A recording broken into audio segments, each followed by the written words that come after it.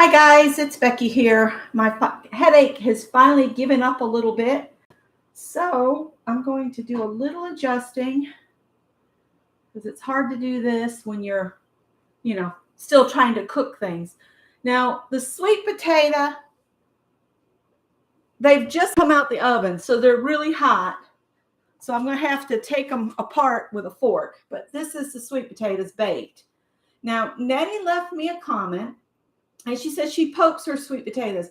I don't poke them until they're about a half to a 3/4 of the way done. And that's when I poke them. That way you don't lose so much of that sweet ooey gooiness.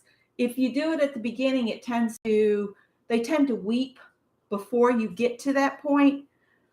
So I wait until they've already cooked about half of their time. And I did have to bake these a little longer than an hour because the fat one just wasn't getting soft. And I may not need it anyway, but we'll see. But the first thing you need to do is butter your casserole. Hi, Carol. So we need to butter the casserole. I'm going to set my bowls aside for just a minute. And I'm using this size casserole, which is who knows? It's a no-name brand.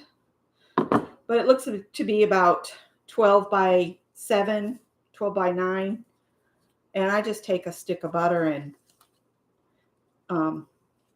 use it to grease the pan. And the only reason you have to worry about this is the sticky ooey gooiness will get hard baked. So really the only place you need to do is the sides. You don't really need to do the bottom, but I always do anyway because, hey, it's butter. More butter is better, right? And I'm going to save the rest of this stick and use some of it for the topping because you make a topping for this and it is not the marshmallow thing because I don't like that. And my mother-in-law, her recipe doesn't call for that, which, by the way, the recipe is in the description box down below. For anybody that wants to make it, you're going to need 2 bowls because you have to separate your eggs because you whip the eggs whites separately until they form peaks, and then you gently fold it into the rest of the mixture. But what we need to do now is get sweet potatoes in here. And like I said, I just pulled these out of the oven. So let's see how I do. We'll get a fork and a knife, and I'll just kind of turn you guys just a little bit. Excuse the dirty toaster oven. I haven't had a chance to do it yet. And I'm just going to split it so I can get the skin off. And they are scalding hot. Generally, you can let them cool some. But I wanted to do this before it got too late in the day.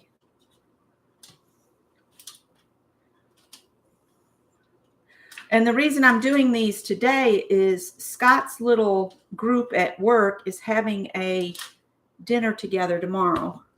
The recipe calls for about 3 cups. So I'm not going to need all of these sweet potatoes. And I just chop them a little bit and chop them up. And I'm going to take a potato masher to them here in a minute. So I would say that's probably about a cup. I'm just going to kind of eyeball the 3-cup requirement. So you can do that too.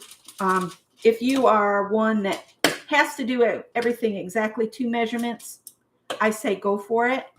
But I'm an eyeballer because that's how I learned to cook by my grandmother. I'm thinking 4 of these potatoes will probably be enough for this recipe.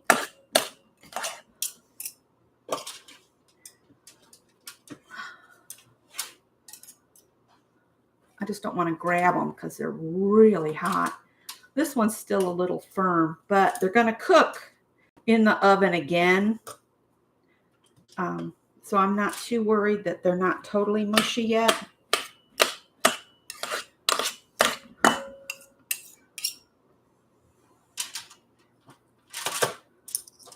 And I'm going to be making this again for Christmas Day. because I've kind of been put in charge of the vegetable dishes. And I will look at chat after I get done dealing with the sweet potatoes. So I'm not ignoring you. It's just I need to focus on what I'm doing at this moment. Uh-oh, that piece is trying to get away.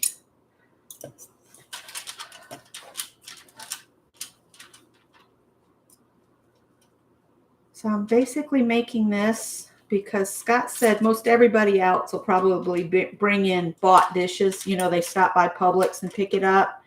So I wanted to do something special for the folks he works with. And this is so delicious. Now, it is not anywhere close to being something that a diabetic should be eating. I'm going to tell you that right now. But this is Christmas, right? Some of these.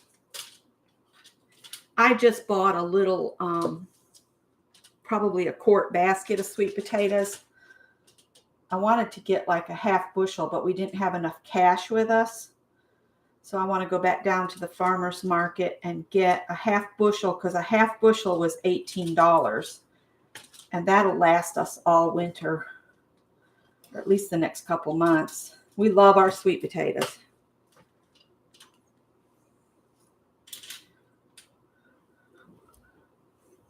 If any hits the floor, the dog will eat it when she comes in.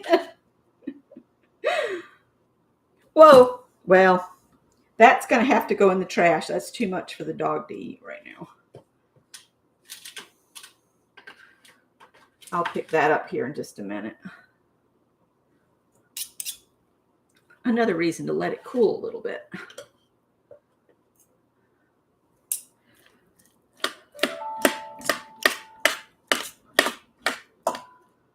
All right, that's probably way over the 3 cups the recipe calls for. So we're going to stop there. I'm going to clean up the mess on the floor because I dropped a good couple tablespoons of potato on the floor and I don't want to step in it. All right, so let's move you back over here. Hi, Janet. Hi, Sharon, Carol, Marty.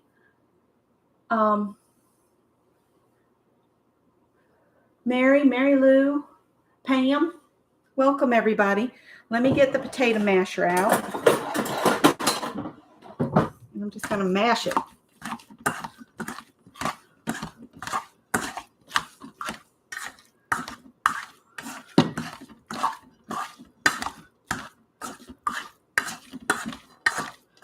All right. I'm going to put the cup of sugar in here. Right there should tell you this is not diabetic worthy. So this is white castor sugar, the white sugar that you use in baking. Let me turn that timer off. So you put a cup of sugar in. I could probably put another potato in there and be just fine. I might do that. Let's put one more potato. I'm trying to get the sugar back out of our way. But I got cords and cables back there.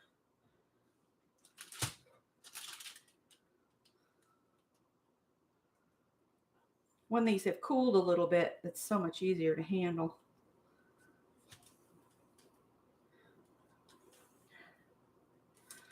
Now, you can also use canned potatoes, sweet potatoes for this. And the instructions my mother-in-law has is you have one 1-pound can, and then you use one 1-pound 7-ounce can for this if you don't want to take the time to bake the sweet potatoes. Oh.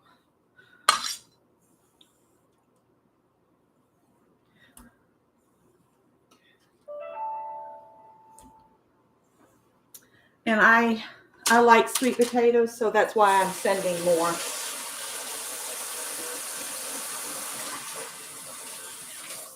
Putting more in the mix here. All right, so that's probably closer to 5 cups, but the recipe's for 3 cups. And you mix this up. And the sugar will dissolve.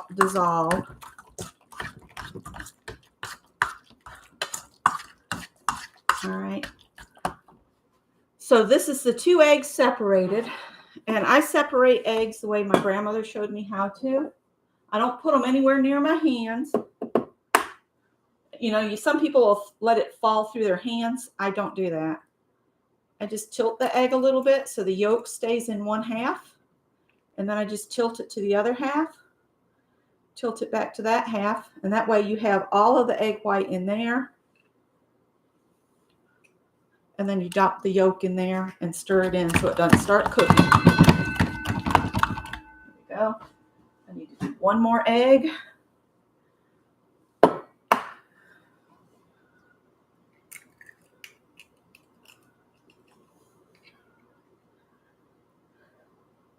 And on the farm, because you never know how old an egg might be if you find them separate from where the chickens are supposed to lay, you always should crack your eggs in a separate dish, including the egg whites. That way, if you get a bad egg, you're not putting it directly into your recipe. So like if you buy eggs from a farm stand, I would recommend doing that, because no matter how diligent you are, a bad egg can get in at a country farm setup.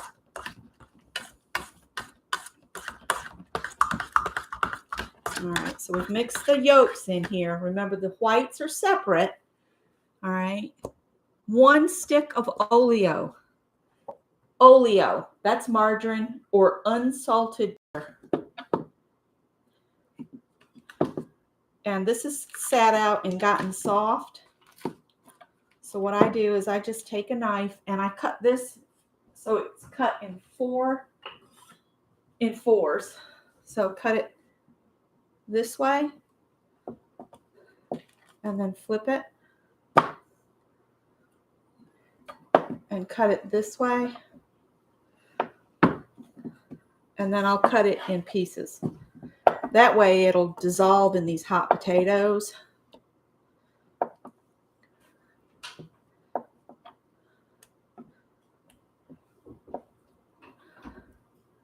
Greg, you can come in. Greg just came back from getting gas and stuff from the store, I guess.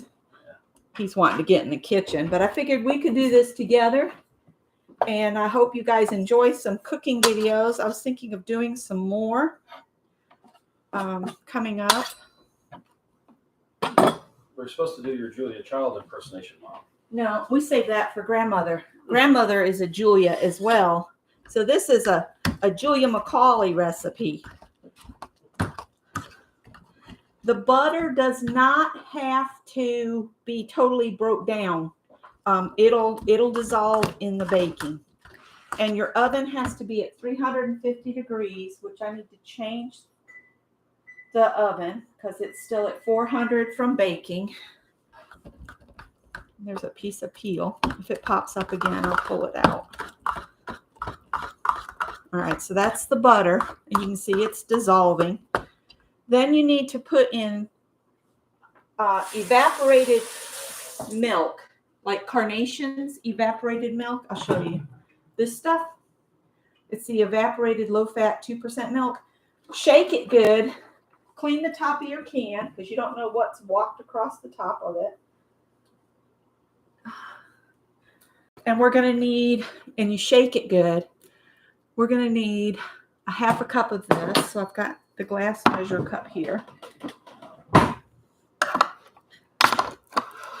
And if you pop a hole across from it, that lets air in. For any new bakers out there that doesn't know that. Your mother-in-law's mother's name was Julia. 1/2 cup. And see, I save the rest of this and I use it in any other baking for just any milk. If you want to use it as regular milk, all you have to do is put 1/2 of the evaporated milk and 1/2 water because you're reconstituting it then. So then a 1/2 cup of milk goes in here.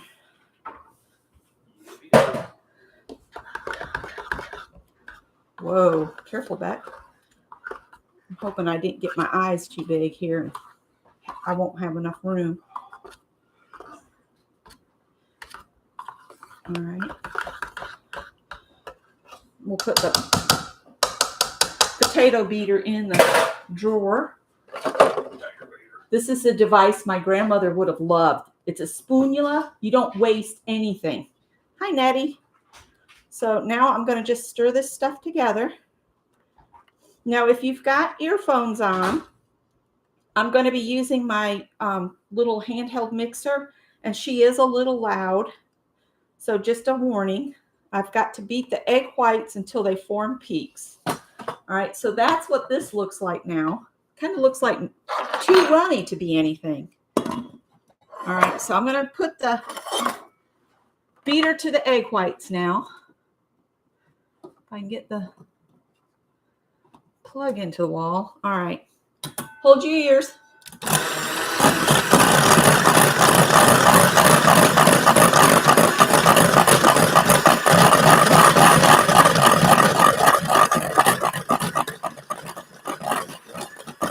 I've got it at the highest speed.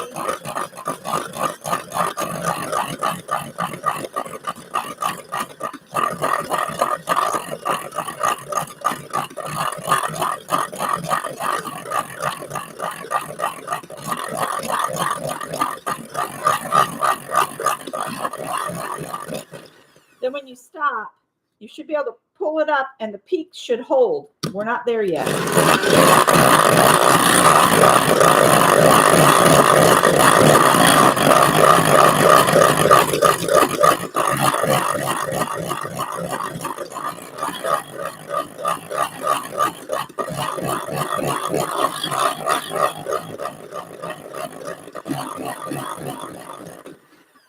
And if you see how they hold, when you put your beaters in and then you pick them up and the peaks hold up in air, see them? Then you know you're good. Come on, pop out. All right. Now, this part is real important. You're not going to stir them in. You're going to lightly fold them in.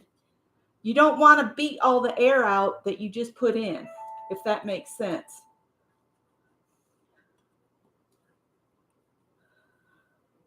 Yes. Anybody that wants to share me out is welcome to. So you come from the bottom and you just lay the first batch of stuff over the top of your egg whites and down through, just real gentle. You want to keep that air, so it's like a souffle. All right.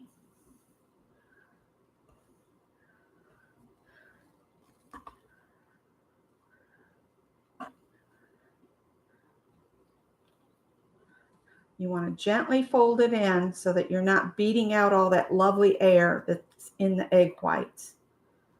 All right, so that's pretty good. You don't have to have,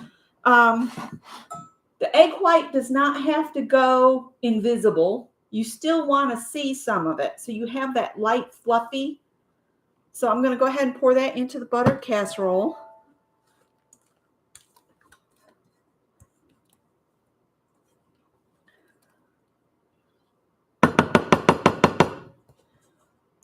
Go ahead and keep your bowl. You might want to spread some of these egg whites to the other side.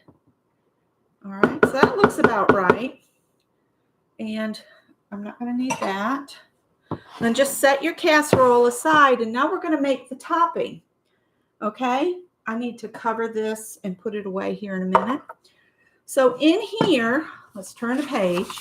This cookbook came out of the Greater Columbia Lioness Club cookbook because my mother-in-law used to be a member of the Lioness. Oh, you know what I forgot to put in? I forgot the vanilla. You're supposed to put a teaspoon of vanilla. All right.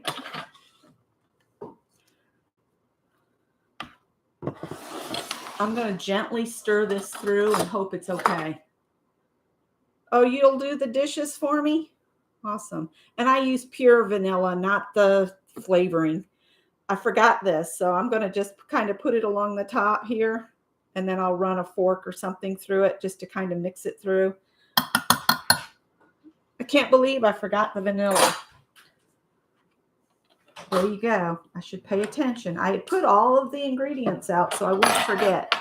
And I'm just going to carefully stir this through because I don't want to beat it up too much. I'm using a fork. I forgot the vanilla, so I'm trying to get it added back in. But make sure you don't miss your ingredients. Don't do as Becky. Do as Becky says, not does. All right.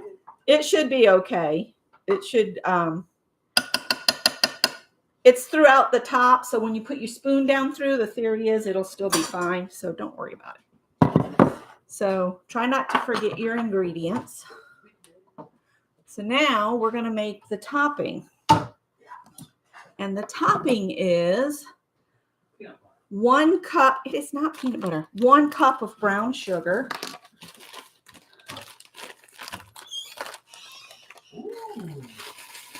So this has got 2 cups of sugar. 1 cup of white sugar in with the sweet potatoes.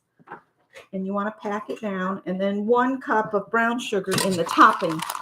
So no, this is going to be taken. Scott's taking this to work tomorrow. I will be making this again on Christmas Eve for Christmas Day. And we will take it over then. I need to double check the brown sugar status. I don't want to use dark brown sugar in this, just the light brown. And I figure I better check that before Christmas arrives.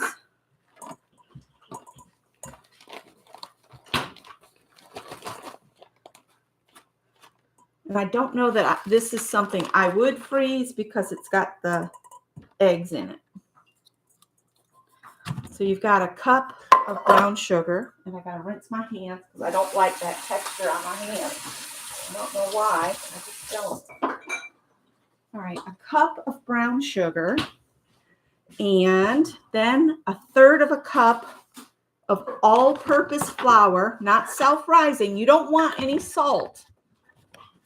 And there's salt and baking powder in self-rising flour. So you want all-purpose flour. 1/3 of a cup of that.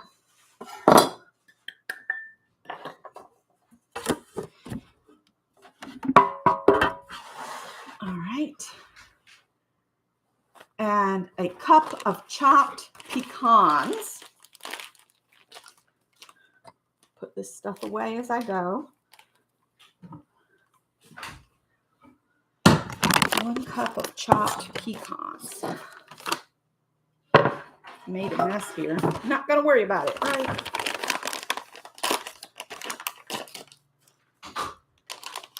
Yes, the topping is the best part. And this is like candy, Janet. This stuff is like candy. So you get your chopped.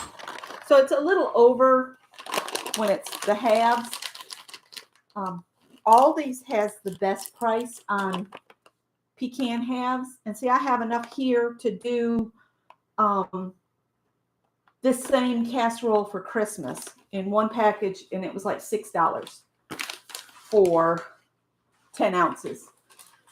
So that gives me enough to do 2 of these casseroles. And then I just chop this up.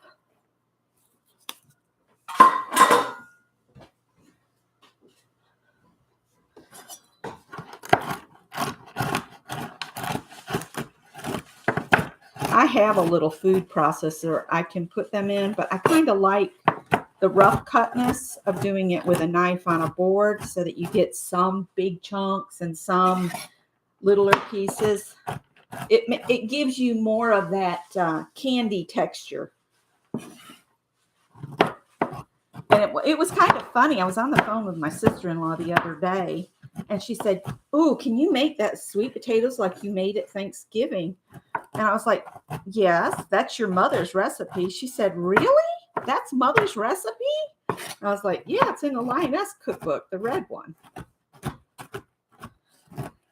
And then she said she wants to, when we're all together, is go through Mother's recipes and get all of everybody's favorites and make our own cookbook with Mother Julia's recipes. She is now 95 years old.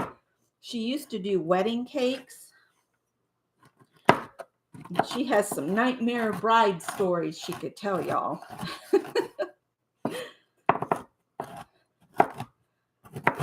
This one girl, her wedding cake had to have edible 14 karat gold. So they had to go to New York City and find this edible 14 karat gold.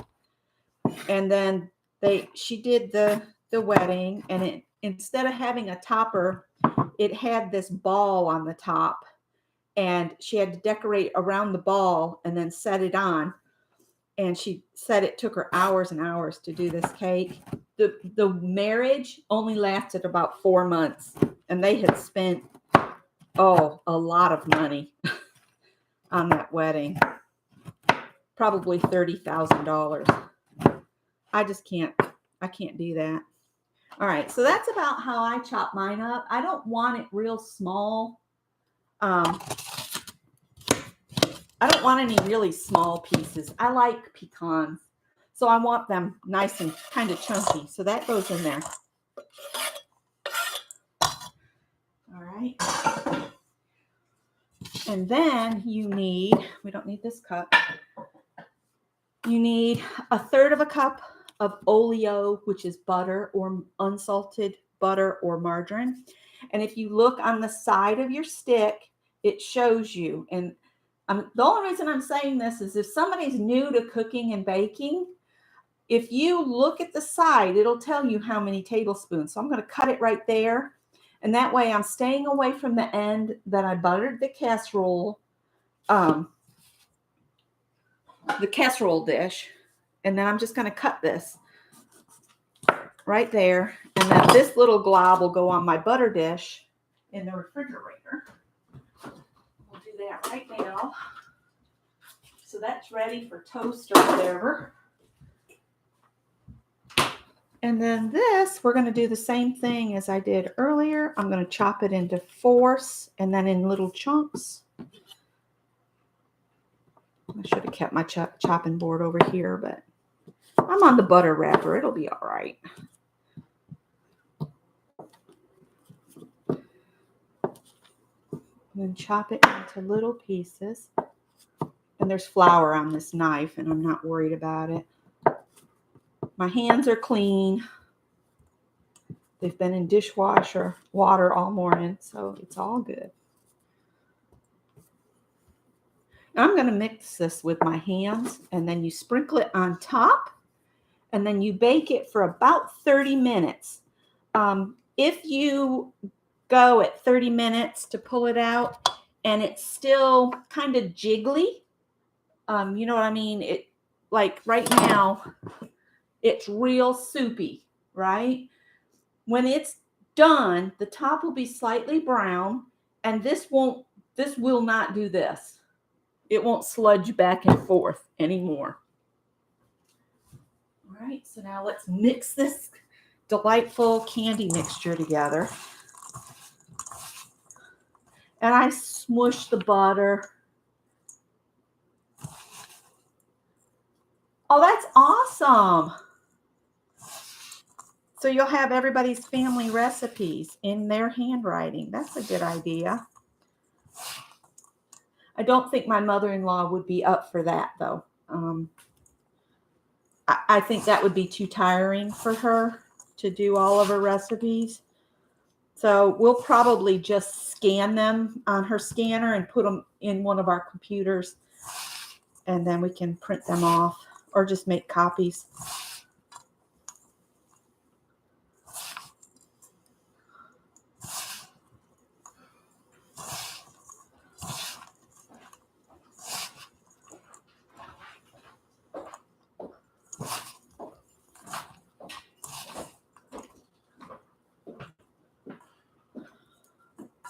We mixing up stuff. Yeah, this is that candy topping for the sweet potatoes. Now, this sweet potatoes is going to work with Dad tomorrow, so we need to stay out of it. Well, I'm gonna make ours on Christmas. I'm in charge of vegetables at grandmother's.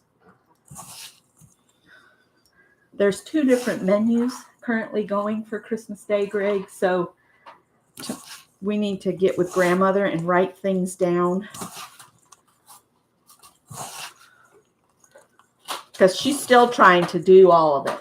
She said she'd do the ham, she'd do the green beans, and then Steve and Jane said they're going to do a turkey and dressing, and it's like, do we need all of that? It's all that necessary. I feel like we need to get on the phone and have a phone powwow. It's hard for me to do my cooking thing here. Yeah, if you can wait just a minute, I'll be setting this in the oven and signing off. Oh, okay. And then I'll be out of the way. I'm just going over the instructions on this. Okay. All right, I've got this mixed together. And the butter still got some chunks in it, but that's okay. See how it looks crumbly? That's what you want. And then you sprinkle it on top of the sweet potatoes. And our oven is at 350 degrees.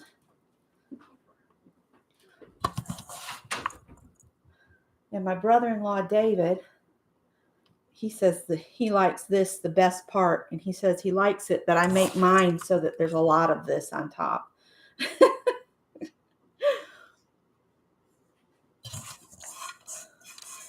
And you just put all this on. And what I will do is when this is done, I will post a picture of what it should look like on my community tab on my channel here. And you don't have to get a separate bowl to do the topping. You can reuse this bowl and save you one dish.